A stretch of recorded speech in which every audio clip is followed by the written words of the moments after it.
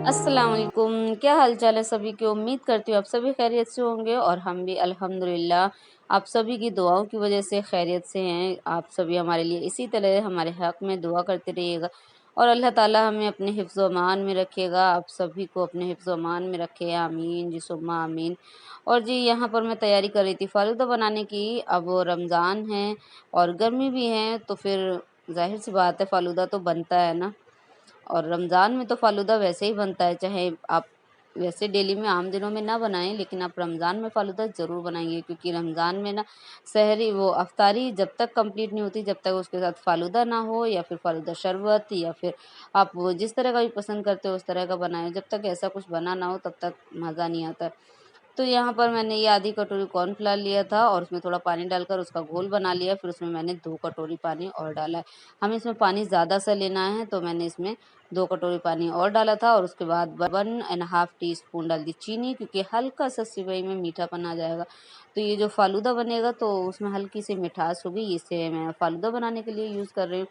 और मैं सारी चीज़ ना आपको घर पर ही अभी बनाकर दिखाऊँगी और उसके बाद आपको फ़ालूदा अरेंज करके दिखाऊँगी कि देखिए किस तरह से फ़ालूदा आप घर में बना सकते हैं। ऐसा कोई डिफ़िकल्ट काम नहीं है। आप जब चाहें, जब भी आपके पास टाइम हो तो आप इस तरह से फ़ालूदा बनाकर रख लें। फिर मैंने इसे देखिए पका लिया था और इसको पकाने में ना 2 मिनट नहीं लगे थे कि जैसे ही इसमें गर्म होता जा रहा था ये, वैसे ही ये थिक होता जा रहा था। इसका कलर चेंज होने लगा। फिर हम इसे अच्छी तरह से पका लेंगे जब तक कि ये पानी इसका अच्छे से नहीं पक जाता। और आप देखिए कितना अच्छा लाइट कलर हो गया है इसका और बहुत ज़रा-सा हो गया है, तो अब ये सेट हो चुका है। फिर उसके बाद मैंने एक बड़े से बाउल में लिया है पानी, पानी एकदम ठंडा चिल्ड चाहिए। और जो ये फ़ालूदे का बैटर है ना, ये आप बिल्कुल गरम-गरम ना लें, इसे मैंने हल्का-सा ठंडा होने दिया उसके बाद लिया क्योंकि बिल्कुल गरम-गरम अगर लेंगे ना तो फिर फ़ालूदा अच्छा नहीं निकलेगा और सही से निकलेगा ही नहीं। और हल्का-सा ठंडा हो जाए फिर उसके बाद ही फिर बिल्कुल ठंडा करके भी मत करिएगा वरना आपका फ़ालूदा बनेगा नहीं।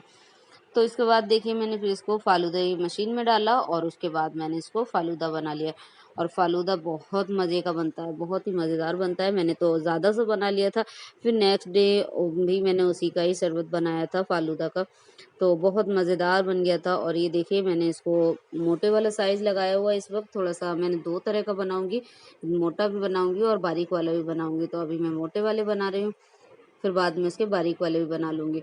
फिर इसके बाद मैंने ये 1 टीस्पून सब्ज़ा सीड लिए थे और इनको भिगो दिया है और आप इसको ना ज़्यादा देर भिगो के रखने की ज़रूरत नहीं है। ये 10 से 15 मिनट में ही इतना ज़्यादा फूल जाता है ना कि आप 1 टीस्पून रखेंगे ना उससे ये आधी कटोरी तक हो जाता है।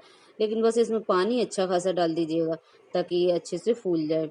उसके बाद गई थी चाशनी बनाने के लिए, तो उसके लिए मैंने लिया था हाफ़ कटोरी चीनी और उसका आधा ले लिया पानी। यानी कि जितनी भी आप चीनी लें उसका आधा पानी ले लें और हमें इसे ज़्यादा पकाने की ज़रूरत नहीं है, सिर्फ़ इतना पकाएँगे कि जब तक चीनी अच्छे से घुल जाए। जैसे ही चीनी घुल जाएगी समझिए हमारा जो सिरप है बनकर तैयार हो गया। फिर इसको मैं निकाल लूँगी और सेम इसी कढ़ाई में हम आगे की तैयारी करेंगे और सिरप हमारा तैयार है। मैं इसको कटोरी में निकाल कर साइड रख दूँगी। थोड़ा अंदर को करके रखती हूँ ना ताकि बच्चों का हाथ नहीं पहुँचे और वरना रैयान तो हमारे हर 2 मिनट में चक्कर लगाते हैं कि अब क्या हो रहा है, अब क्या हो रहा है? तो वो हाथ चलाते रहते हैं सामान में। इसी वजह से मैं सामान को अंदर करके रखती हूँ, जो भी चीज़ रखनी होती है मुझे। फिर यहाँ पर मैंने सेम उसी कढ़ाई में दूध लिया था, ये मैंने आधा लीटर दूध लिया है और उसको गर्म होने के लिए रख दिया। जब दूध अच्छे से उबलने लग गया था, तो मैंने थोड़ा-सा केसर लिया कटोरी में और उसमें गर्म दूध डाल दिया। फिर उसके बाद आप दूध में डाल देंगे चीनी। चीनी मैंने डाली है मेरे हिसाब से, आप अपने हिसाब से डाल दीजिएगा जितना आपको मीठा चाहिए हो। इसका मैं रबड़ी बना रही हूँ, तो रबड़ी में आपको जितना मीठा चाहिए हो उतना ले लीजिएगा। क्या है ना, मैं सारे फ़ालूदा के जितने भी सामान फ़ालूदा में लगता है ना, वो सारा कुछ घर में बना के दिखाऊँगी और रबड़ी भी ना आप झटपट बना लेंगे, इतनी मज़ेदार बनती है और बहुत ही आसानी से बनती है, बहुत आसानी से आप इसको घर में बना सकते हैं। अब मार्केट से मँगाते हैं ना, तो फिर देखिए ना इतनी महँगी पड़ती है और ज़रा-सी आती है, लेकिन अगर आप इस तरह से घर में बना लेंगे, तो आप थोड़े से ही सामान से और बहुत ज़्यादा-सी बना लेंगे। फिर उसके बाद देखिए उधर दूध अच्छे से पकने लग गया था। यहाँ मैंने ब्रेड लिए, मैंने 4 ब्रेड के स्लाइस लिए थे और इनको साइडें निकाल कर फिर उसके बाद इसे बिल्कुल बारीक-बारीक काट लिया था। आप ये मैंने छोटे साइज़ के ब्रेड लिए हैं, आपके पास अगर छोटे साइज़ नहीं, आपके पास बड़े साइज़ के हैं तो आप सिर्फ़ 3 ब्रेड लीजिएगा। ये मैंने छोटे-छोटे थे इसलिए मैंने ज़्यादा ले लिए हैं और हमारा दूध बहुत अच्छी तरह से पक गया है, तो अब मैं इसमें डाल दूँगी आधी कटोरी खोया। ये फिर यूँ कह लीजिए ये मैंने करीब 80 ग्राम खोया डाला है। तो आपको इस खोए को डालकर और मिक्स कर लेंगे। ये खोया मैंने रेडीमेड जो खोया आता है ना वो वाला नहीं है, ये होममेड खोया जो होता है ना हाथ का बना हुआ, ये वो खोया है। इसे मैंने घर पर नहीं बनाया है, लेकिन हमारे यहाँ पर जैसे हलवाई के पास मिल जाता है हाथ का बना हुआ, तो मैंने हलवाई से मंगा लिया था। तो अब वो खोया मंगाकर वो डाल दें और उसके बाद में मिक्स कर लें। फिर ये ब्रेड जो है वो डाल दें और फिर उसके बाद आप इसको मिक्स करते करते पका लें, क्योंकि जब आप मिक्स करते पकाते रहेंगे ना तो क्या होगा कि ये ब्रेड जो है वो अच्छे से घुल जाएंगे और ब्रेड इसको थिक करने में मदद करेगा। और जो हमने खोया डाला है उससे इसमें रबड़ी का खोया असली टेस्ट आता है ओरिजिनल। लेकिन अगर आप खोया नहीं डालना चाहते हैं ना तो आपके पास अगर मिल्क पाउडर है तो आप वो डाल दें। लेकिन आप ना एक बार इसको इस तरह से बना के देखिएगा खोया डालकर, बिल्कुल डिट्टो ऐसे लगता है हमने अभी घंटों पकाकर रबड़ी तैयार की है, ऐसे बनता है टेस्ट। और जब वो हम बिना खोए के बनाते हैं तो ना वो बहुत ज़्यादा टाइम ले लेती है, बहुत ज़्यादा टाइम लेती है। फिर उसके बाद मैंने इसमें ना जो केसर भिगो के रखा हुआ था वो केसर डाल दिया और केसर का फ्लेवर रबड़ी में बहुत अच्छा आता है। केसर को आप डाल दें और उसके बाद इसको पकाते रहे चलाते हुए।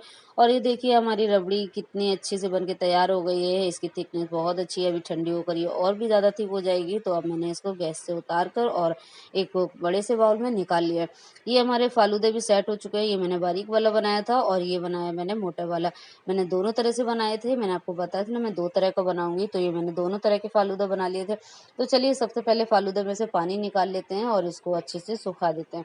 क्योंकि सब फालूदे में अगर पानी रहेगा ना तो हमारा जो फालूदा बनेगा ना उसमें अच्छा टेस्ट नहीं आएगा, पानी-पानी का टेस्ट आएगा। तो यहाँ पर मैंने 2 बड़े से गिलास लिए थे, उसमें डाला है रूह अफ़ज़ा, करीब थोड़ा-थोड़ा सा डाल दीजिएगा। फिर उसके बाद उसमें सब्ज़ा सीड डाल दी, उसको हल्का-सा मिक्स कर दिया। फिर उसके बाद इसमें डाल देंगे हम फ़ालूदा। अभी मैं यहाँ पर मैंने छोटे-बड़े दोनों को मिक्स कर दिया है, पतला वाला, मोटा वाला दोनों ही फ़ालूदा मैंने ना मिक्स कर दिए। मैंने कहा दोनों को मिक्स करके यूज़ करूँगी, तो अच्छा लगेगा, कभी मोटा सा मुँह में आएगा, कभी बिल्कुल बारीक वाला।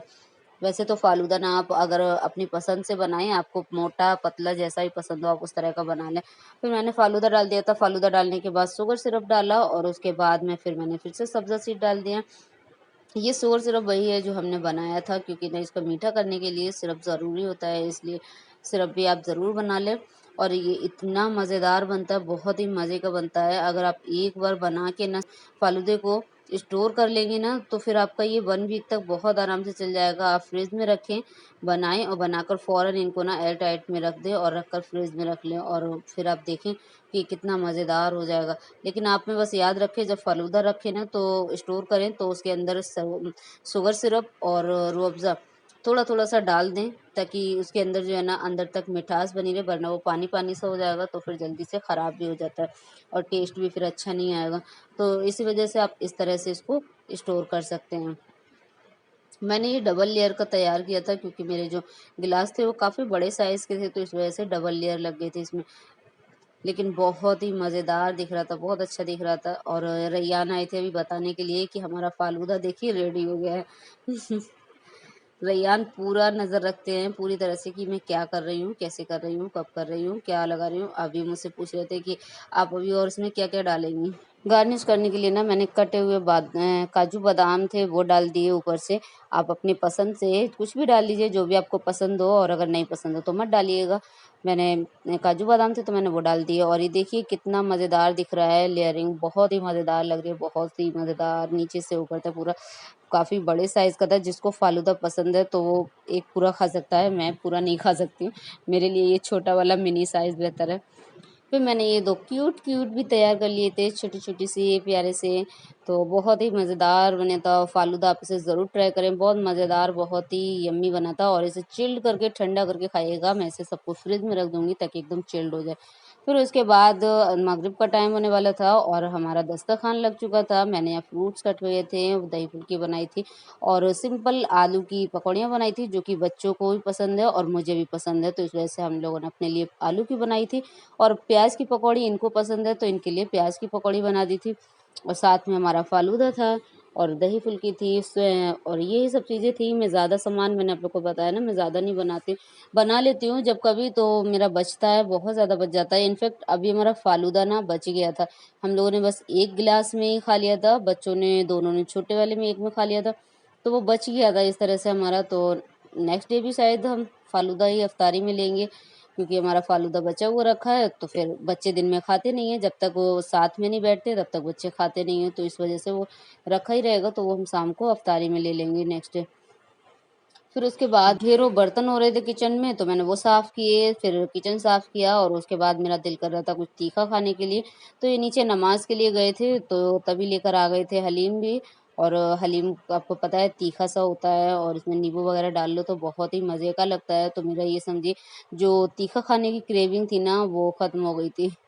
तो मैंने ये हलीम खाया था और उसके बाद जो मैंने दही फुल्की बनाई थी, वो हमने निकाल ली थी क्योंकि ये भी आ चुके थे नमाज़ पढ़कर, तो फिर हम दोनों लोगों ने बैठकर खाया और बच्चों ने सिर्फ़ फ़ालूदा ही खाया, बच्चों को और अभी कुछ नहीं चाहिए था। उन्होंने दही फुल्की भी नहीं खाई थी, कहने लगे वो अभी नहीं खाएँगे, उनका पेट भर गया। क्योंकि बच्चों का तो पेट ही कितना होता है, ज़रा-सा तो पेट होता है। आलू की पकौड़ी इनको पसंद आती है, तो केचप के साथ आलू की पकौड़ियाँ खा ली थी, तो उससे ही बच्चों का पेट भर गया और फिर ठंडा-ठंडा फ़ालूदा मिल गया, और क्या चाहिए। तो चलिए जी, आज के लिए बस इतना ही। हमें अपनी दुआओं में याद रखिएगा, हमसे जुड़े रहिए, हमारा हौसला बढ़ाइएगा और हमारी वीडियोज़ को आप लाइक कीजिएगा, शेयर कीजिएगा ज़्यादा से ज़्यादा। जी, अल्लाह हाफ़िज़।